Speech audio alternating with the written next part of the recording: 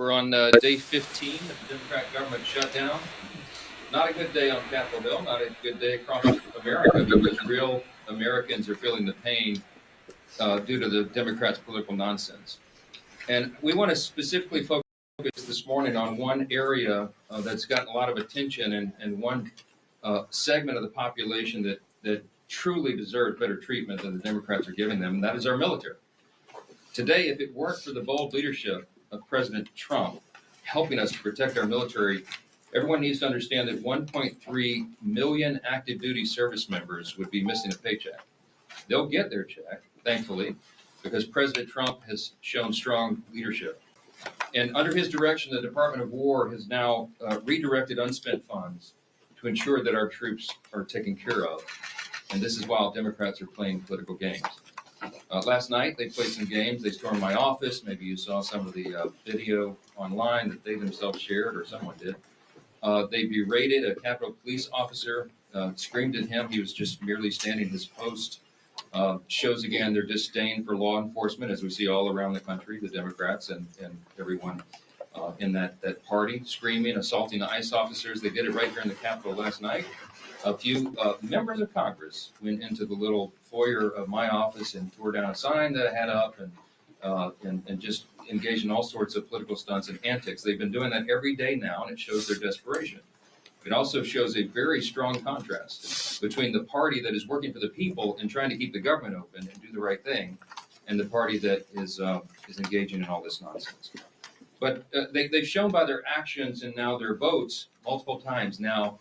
9 times the Democrats have voted, counting the House and the Senate Democrats, they have voted to not pay the troops. They have voted to block their paychecks. And it's very serious stuff. And they don't seem to care at all.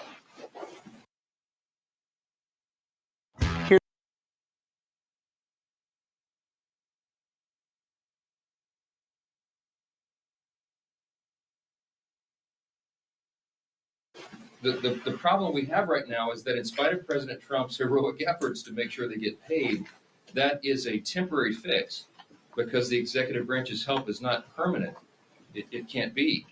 And if the Democrats continue to vote to keep the government closed, as they have done now so many times, then we know that U.S. troops are going to risk missing a full paycheck at the end of this month. And that means service members on deployment who've left their young families back home relying upon these checks. It means service members who are thousands of miles away from home. It means service members trying to make their rent and those who have ailing relatives that need to be taken care of. None of those people will be paid if the Democrat obstruction continues. And it should outrage every American because it does us. Democrats in Congress, again, have voted 9 times. Here's the tally. Every single time the Republicans have voted to pay the troops, and by the way, all other federal employees, federal workers, and the Democrats have voted over and over to stop it. And the depressing irony of this, on this particular subject, among all others, is that the most pro-shutdown Democrats actually represent the most active duty service members back home, whom they have taken hostage in this insidious political game. And I want to give you a couple of examples, and this is the actual statistic of the 10 states with the largest military populations. 6 are represented each by 2 Democrats in the Senate who are withholding the paychecks. Here's the list. In California, it's home to 157,000 active duty personnel, the most in the country. Those stationed at Fort Hunter Liggett and Camp Pendleton and Edwards Air Force Base and Vandenberg Space Force Base and others will all miss a paycheck at the end of the month if Democrat obstruction continues. Now, this is worthy of note. Both California senators, Adam Schiff and Alex Padilla, are gleeful about this government shutdown. They agree with Chuck Schumer when he said very candidly just a few days ago, every day of the shutdown gets better for us. Who's the us? He's talking about Democrats. He thinks this is assisting their party and giving him political cover so he doesn't attract a Marxist challenger in his next Senate reelection. That's what this is about. So he thinks the government shutdown is allowing him to show a fight against President Trump and Republicans, and he is happy about that. And so are Adam Schiff and Alex Padilla, while service members are going without paychecks. Virginia is home to 119,000 active duty personnel, is the second most in the country. Those stationed at Naval Station Norfolk, Quantico, and Fort AP Hill and others will miss paychecks at the end of this month if this is not resolved. Both Virginia senators, Tim Kaine and Mark Warner, are playing political games with the paychecks of 119,000 service members. Georgia's home to 65,000 active duty personnel. It's the sixth most in the country. Those stationed at Fort Benning, Fort Stewart, Moody Air Force Base, and others will miss paychecks. And just last week, this is so aggravating to us. It's so frustrating to us. It's so wrong. We saw service members waiting hours in lines wrapped around the block at Georgia food pantries. And meanwhile, you've got both Georgia senators, John Ossoff and Raphael Warnock, have now voted 8 times against paying those heroes.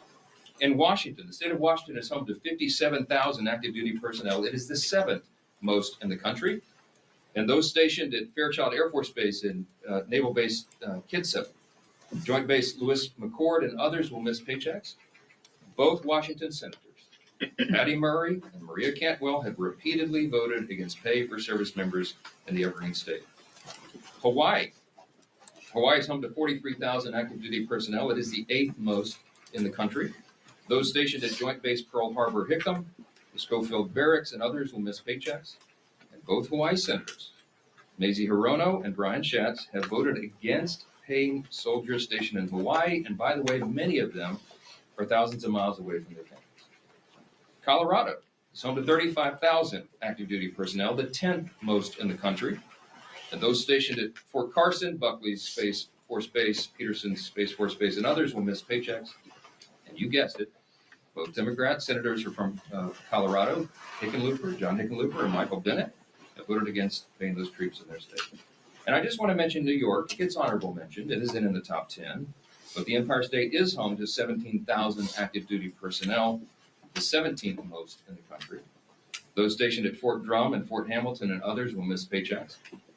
And sadly, both New York senators, Kirsten Gillibrand and the architect of the shutdown himself, Chuck Schumer, can barely hide their delight that the government is closed and troops are not being paid.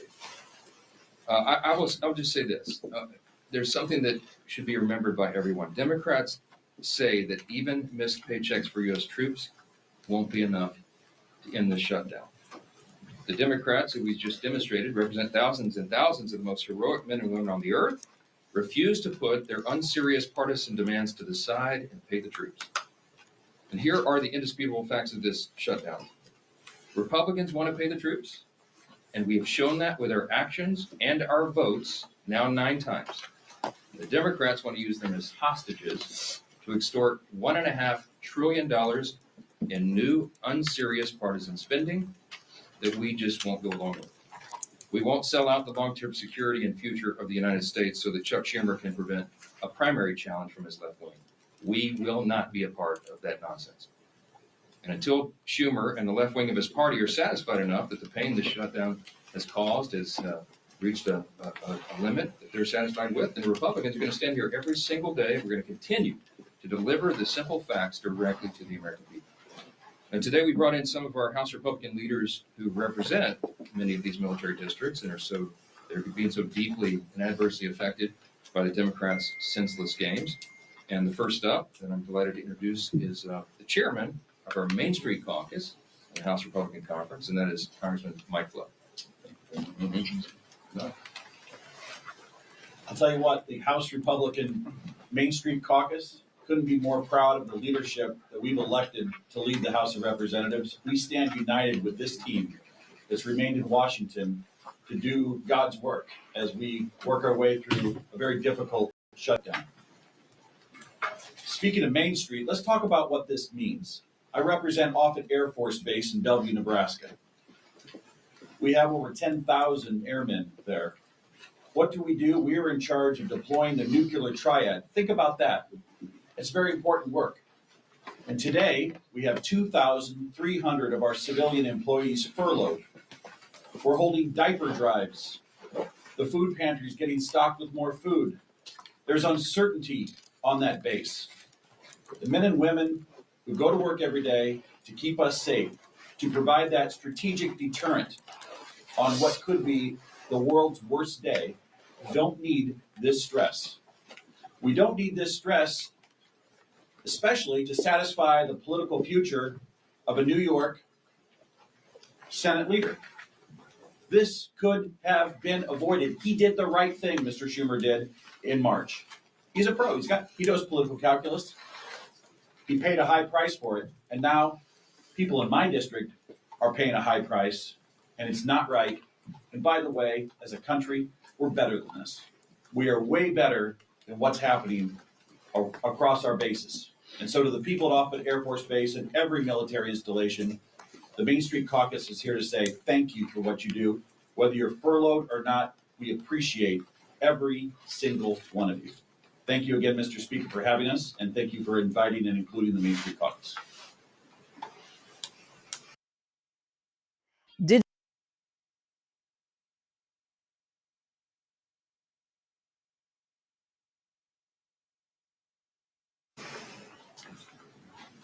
Well, I'm not going to introduce each of them. I'll ask them to do that themselves, but I do want to introduce you to the vice chair of the Main Street Caucus, and that is Congresswoman Laurel Lee, state of Florida. Thank you, Mr. Speaker, and thank you all for being here today. We are here today because the American people deserve to know the truth about why our government is shut down. The reality is simple. This shutdown was entirely preventable. It's happening because Democrats have refused to work with Republicans on our responsible, common sense funding measure. House Republicans did our work. We passed a straightforward extension of funding to keep the government open while ensuring our troops, our Border Patrol agents, and all essential services are fully supported. But at every turn, Senate Democrats have instead chosen obstruction and delay. They voted again and again to stop temporary funding that would have kept the government open. Again and again, they put partisanship ahead of the needs of the American people. And it's hardworking American families that are paying the price. In my district, we see these impacts firsthand. At MacDill Air Force Base, there are thousands of brave men and women in uniform. Many have young families in our schools and spouses who work on base and in our communities. In addition, some of our very best neighbors work as civilian technicians and managers at MacDill and keep critical services, not just for our community, but for our country, operate. These are the people who will feel the strain of this shutdown and Washington's dysfunction the most. The service members, the civilian workforce who serves alongside them, and the federal workers and their families. They are now left to worry about their bills, about groceries, about paychecks, all because of political games by Senate Democrats. They deserve better than this. They deserve leadership that puts our country ahead of politics. House Republicans have already voted to ensure our service members receive their pay, and we will not allow America's heroes to suffer because of this political brinksmanship. Thanks to President Trump's leadership, the Pentagon identified funding to make sure that our troops are paid this month, even in the face of this needless shutdown. This is not about politics, it is about priorities. Our priority is the American people. We want to secure our border, to strengthen our military, to restore fiscal sanity to Washington, and ensure that every taxpayer dollar is spent wisely. Senate Democrats have made their priorities clear. They're more interested in protecting wasteful spending and expanding benefits for illegal immigrants than they are in protecting our service members and our hardworking American families. That is unacceptable. To the men and women at MacDill Air Force Base and the families across Florida's 15th Congressional District, and to every American feeling the uncertainty of this shutdown, know this: we are fighting for you. We are fighting to reopen government responsibly, to ensure stability for your families, and to get this country back on track. It's time for Democrats to stop the political games, to stop holding our troops and our federal workers hostage to their agenda, and to join us in putting the American people first. Thank you. And now we have our colleague, Representative Lalota. Good morning, everybody. Fully funding our military is the most important thing our Congress can do. And 15 days into this shutdown, it's time for Chuck Schumer to do what's right and show a fraction of the courage and selflessness our troops display every day. Before I came to Congress, I was a Navy man. I deployed overseas 3 times alongside some of the most selfless and brave Americans our nation has to offer. These men and women serve their nation in hot engine rooms overseas, on dangerous aircraft carrier decks conducting night flight operations, and on island chains ensuring they didn't become a safe haven for terrorists. The sailors I served with risked everything, time away from home, injury to themselves, and even their own lives in defense of our great nation. And I think that kind of courage demands some sort of selflessness as well from our nation's leaders too. Thankfully, President Trump showed the boldness and decisiveness to ensure that our troops got paid, and they didn't miss today's paycheck. That's welcome news for our families who serve our great country, who frankly we don't pay enough as it is. But true pay is just one piece of the puzzle. A prolonged government shutdown endangers America's national security, halting contracts, furloughing half of the Defense Department's civilian workforce, and disrupting intelligence and operations. It weakens our ability to compete with China, Russia, North Korea, and our other adversaries. It delays training, it delays deployments and housing support, and reduces overall readiness. Like Chuck Schumer, I'm a New Yorker, and I'll say this plainly. The next generation of New York Democrats are socialists, like AOC and Zoran Mondani, and they're dragging their party towards socialism. They want open borders, they want taxpayer-funded health care for illegal immigrants, and they want government-run grocery stores. Just look at the race right now for New York City mayor. Now, I know that socialism doesn't come naturally to Chuck Schumer. It was said before that just back in March, he supported the same clean CR that we're asking him to support today. Back in March, he had a backbone, Chuck Schumer. He stood up to his party's radical base and said he would put the nation before his own political interests. And he took a lot of flack for doing so. And that's why he's changed his course. But we're here today to call on him to do better and to put the country before his own political job. And we're asking that he put the hundreds of thousands of federal workers that rely on a continuing resolution, we're asking him to support that. And we're asking him to put the millions of Americans before his own political future. We New Yorkers, we pride ourselves on being tough. So I'm asking Chuck Schumer to be tough and to stand up to his own party's base. Stand up to AOC and Mondani. Be brave like our troops.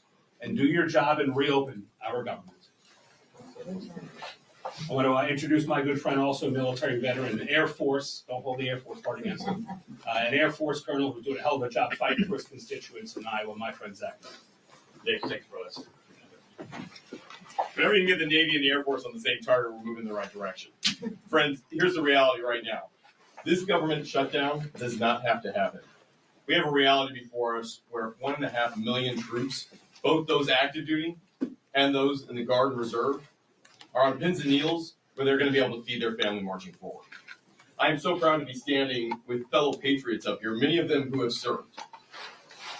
I'm one of those members who have served not only in combat, but continue to serve in my reserve capacity now. I've already committed my drill this weekend, and speaking with frontline members who are serving in uniform, our brothers and sisters, the sons and daughters of families who have sacrificed to have their child be in the military.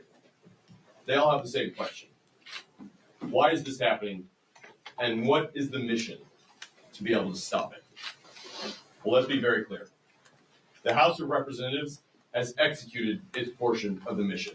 Fully pay our federal government. The majority of the House, the majority of the Senate, the majority of the American people want this. But the reality is, there's a handful of individuals in the Senate who have put a stop to it.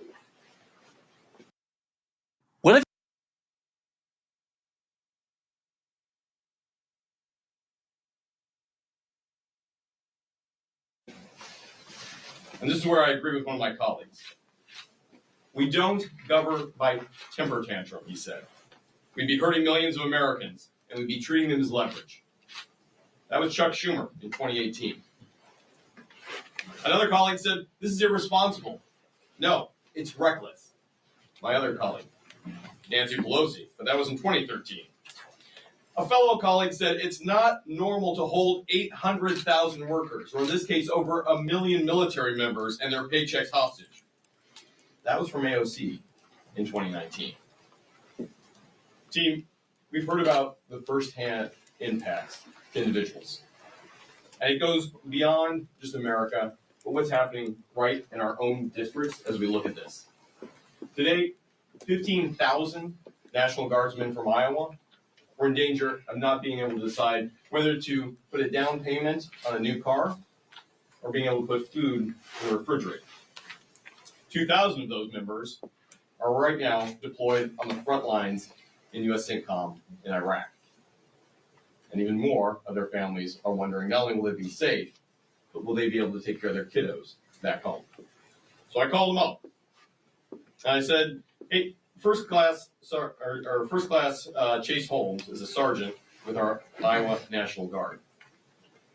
He's currently preparing operations to be able to defend the country overseas. But because of the shutdown, critical joint training between his team and NATO was canceled.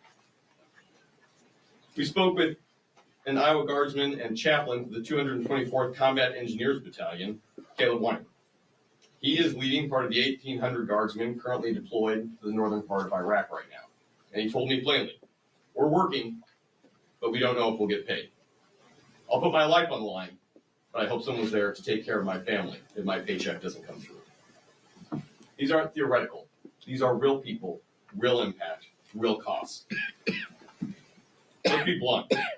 The shutdown of the government has only one hostile actor, and there's a few individuals in the Senate who refuse to put the country before the hostage of the 350 plus million Americans they've taken.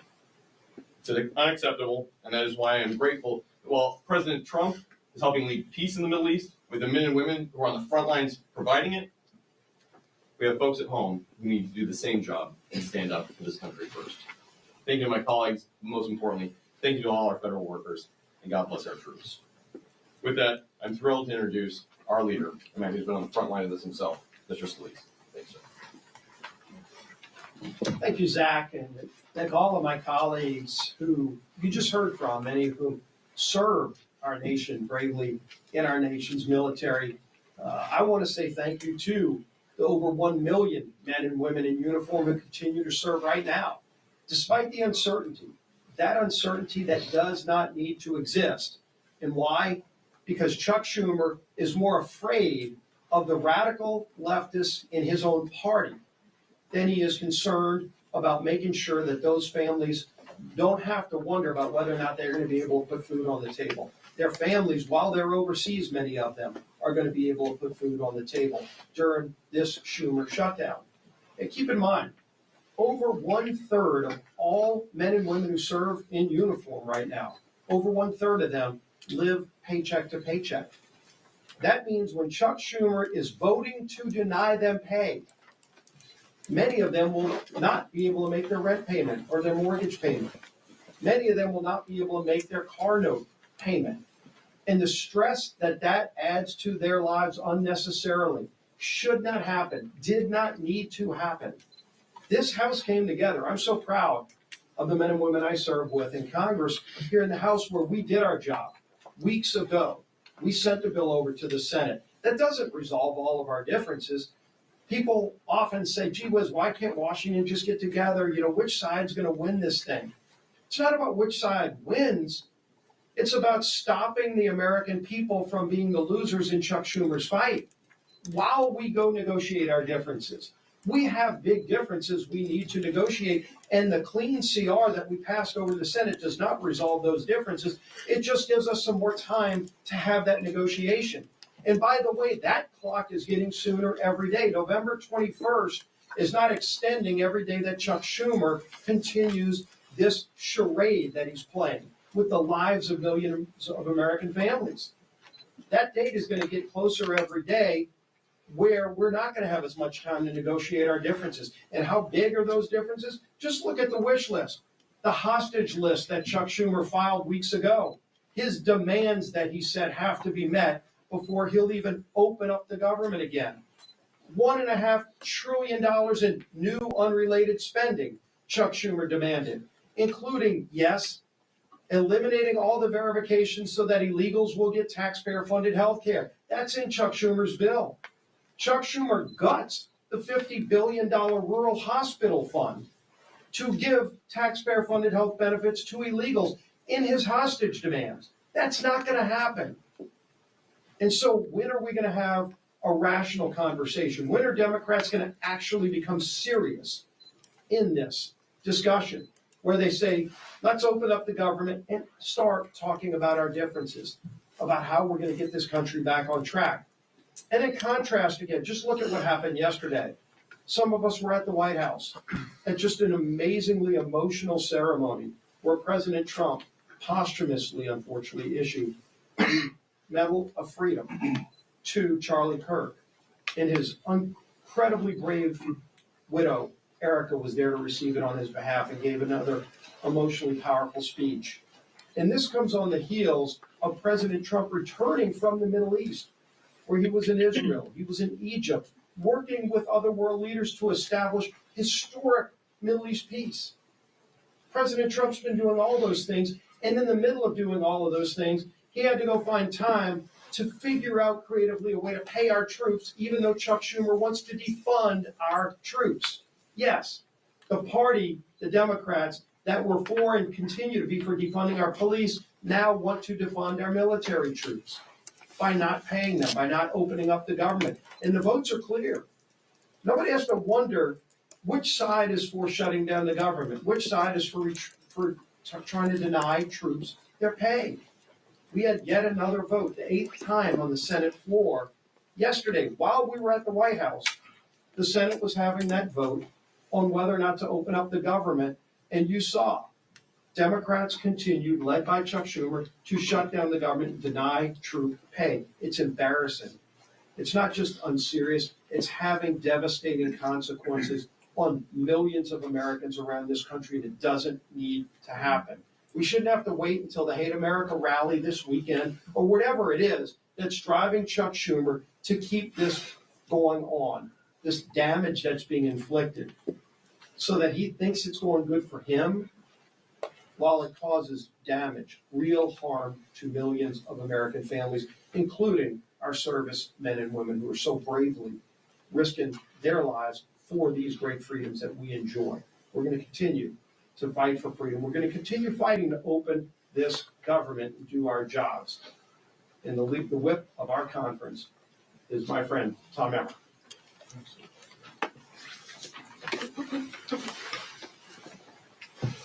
If Chuck Schumer and the Democrats had things their way, more than 1 million service members would not get paid today.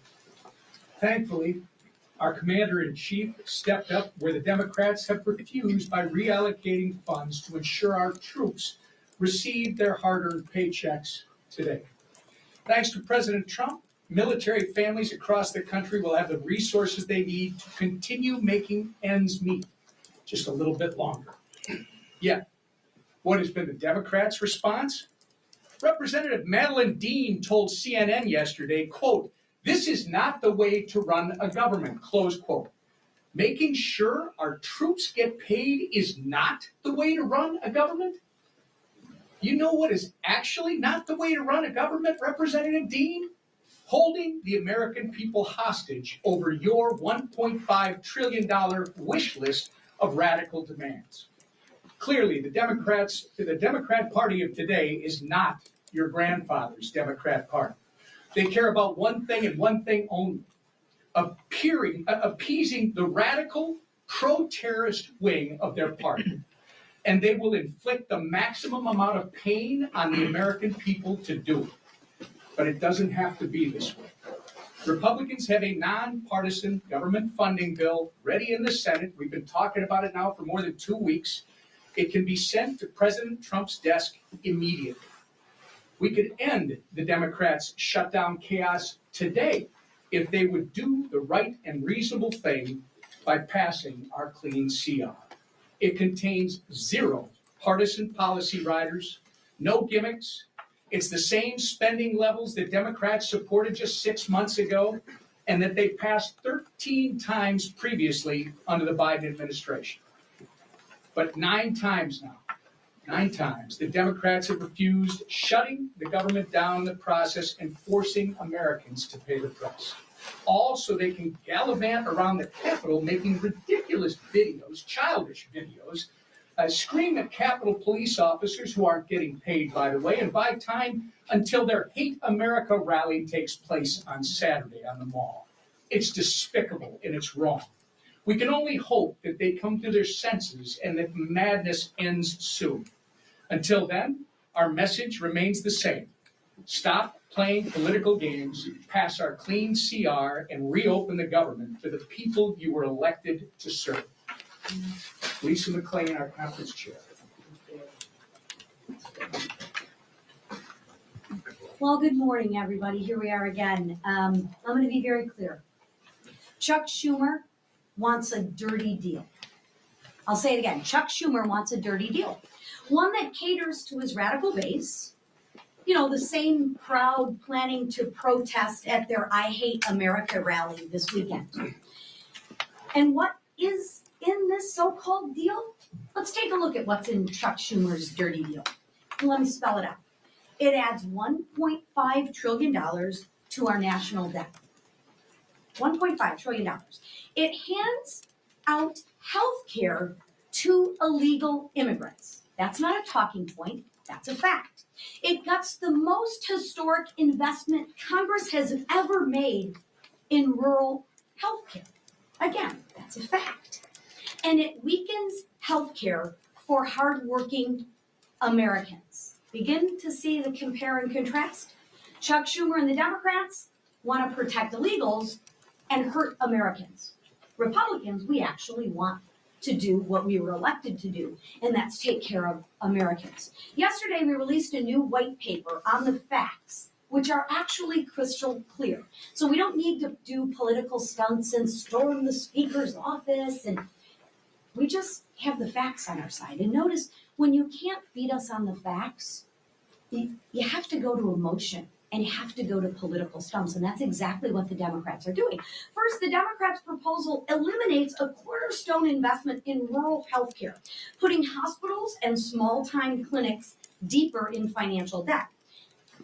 That's a $50 billion cut to rural America. Second, states like California have played games with federal tax dollars to give benefits to, you guessed it, not Americans, that's right, illegals.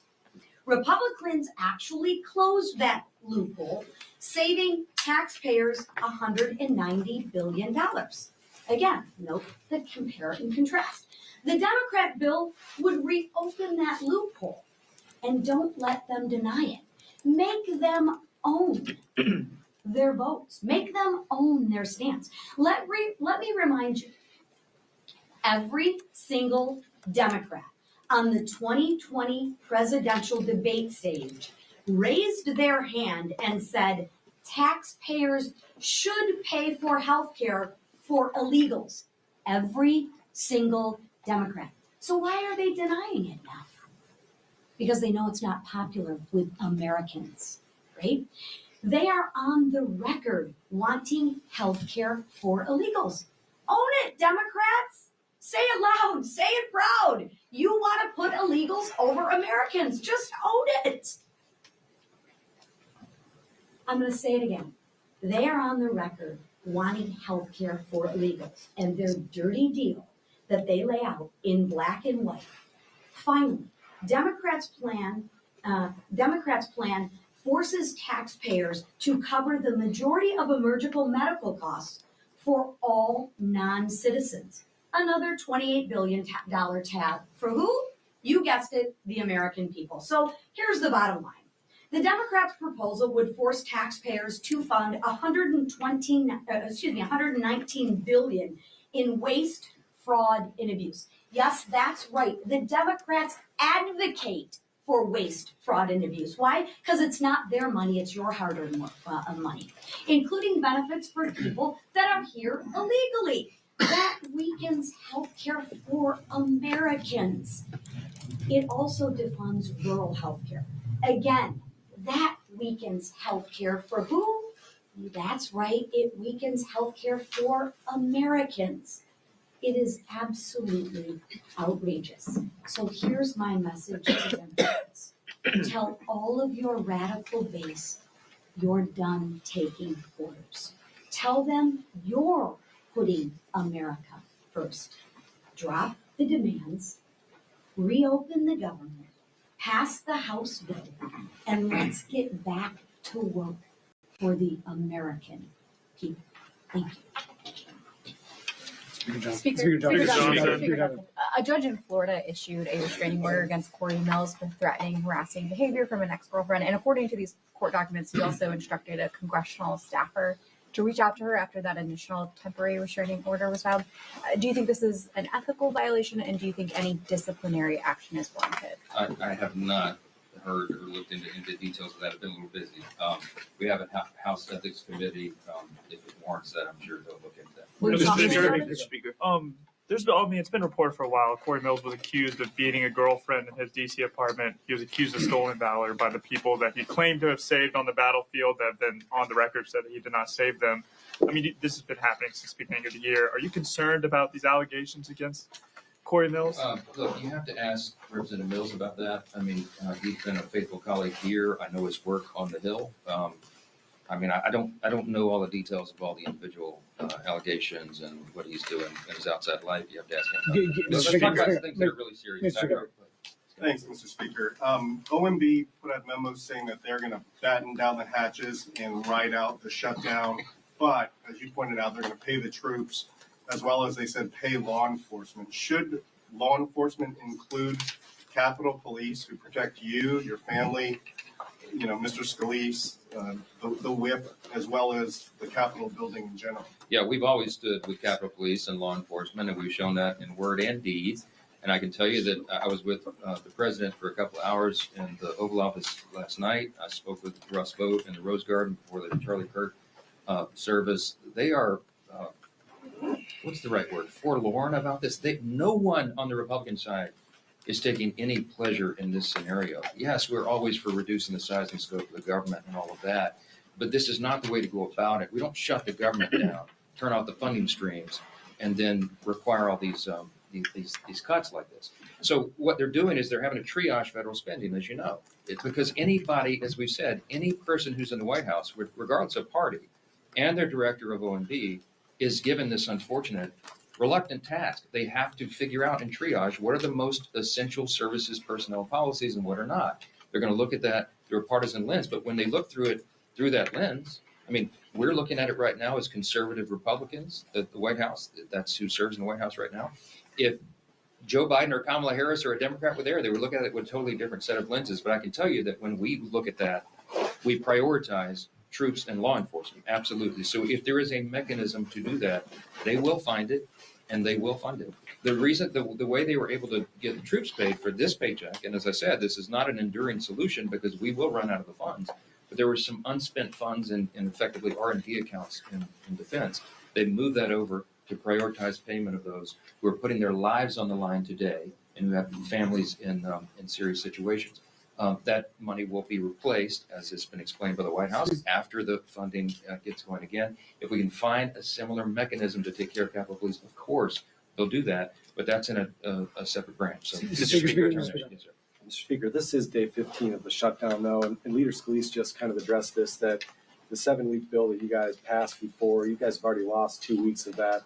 Is there a point in the future where you decide to put either another clean continuing resolution on the floor, like in the next couple of weeks, or why not just put some of your appropriation bills that have passed out of committee on the floor during the shutdown? Our appropriators have been hard at work, even during the shutdown. They had, remember in the House, we passed all 12 separate appropriations bills through committee, 3 off the floors. There's 9 left. They've been working to put those together and prepare them for action. And whether or not they're all collected here in DC or they're working individually at home as a group, we have lots of means of communication right now. So the appropriators are working not just among colleagues in the chamber, but chamber to chamber. So it's a bipartisan discussion that's been going on. As I mentioned several days back, I even spoke myself with Patty Murray, who's the lead on appropriations in the Senate, Democrat side. So that work has been going on. With regard to the timeline of the CR, it would do us no good to pass yet another CR out of the House because it will meet the same fate. Chuck Schumer and the Senate Democrats want to close the government down. They are gleeful about this. They are happy the troops are suffering all this pain, apparently, because they just voted now 9 times collectively.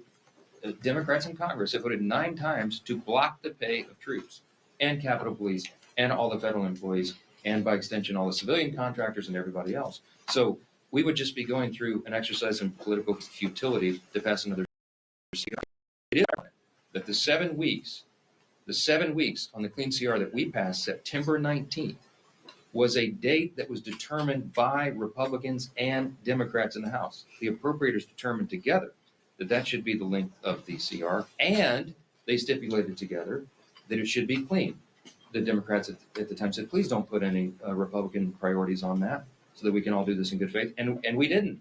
We put a clean CR, and still they voted no. Why? Because their leadership, Hakeem Jeffries and Chuck Schumer, told them they had to.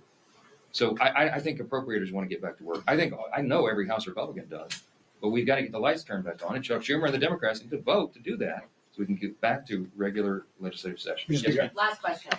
Thank you. Just to follow up though.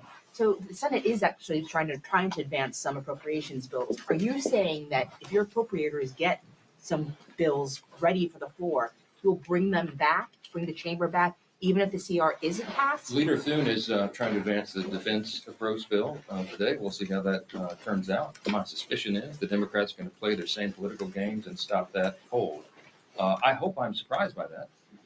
But we'll see. We're on a 48-hour return notice for House Republicans and the House itself.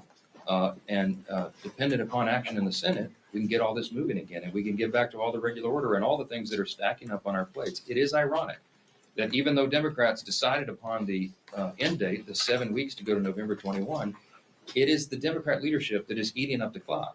And great harm to the American people, not just by suspending services, vital services and paychecks, but also because of the backlog of work that the Congress has to get done. And we cannot do it while hardworking Americans are suffering because of these antics. And that's why we're demanding, insisting that they get it open. I'll leave you with this. You've heard the word contrast here a number of times today. So grateful for these Main Street Caucus leaders who came in and helped us articulate this contrast. I'll just say this again. You have 2 parties on a split screen right now. You have President Trump and the Republican Party reducing your taxes, cutting government red tape and regulations to get the economy going again, passing historic legislation to boost the economy and bring down the cost of living. You have Republicans who have ended the border crisis, almost 0 illegal crossings in the last 4 months. You have Republicans who are working to end the crime crisis and support law enforcement and ICE officers and all those who are wearing that badge and putting their lives on the line, supporting our troops, as we talked about today. You have Republicans who are ending fraud, waste, and abuse in government and making government work more efficiently and effectively for the people. And you have President Trump and the White House and his administration ending conflicts that are killing millions of people around the world. What have Democrats accomplished in the last 9 months? A government shutdown. I mean, the contrast between these parties could not be any more stark. And I encourage you to watch. We call it the Hate America rally that'll happen Saturday. Let's see who shows up for that. I bet you see pro-Hamas supporters. I bet you see Antifa types. I bet you see the Marxists in full display, the people who don't want to stand and defend the foundational truths of this republic. And we do. And that's what we're here doing every single day. And we'll continue to come in every morning and tell the American people the plain and simple facts. Because the facts are going to win the day here. The American people are not stupid. They see what's going on, and they know who's to blame. Thanks for being here this morning.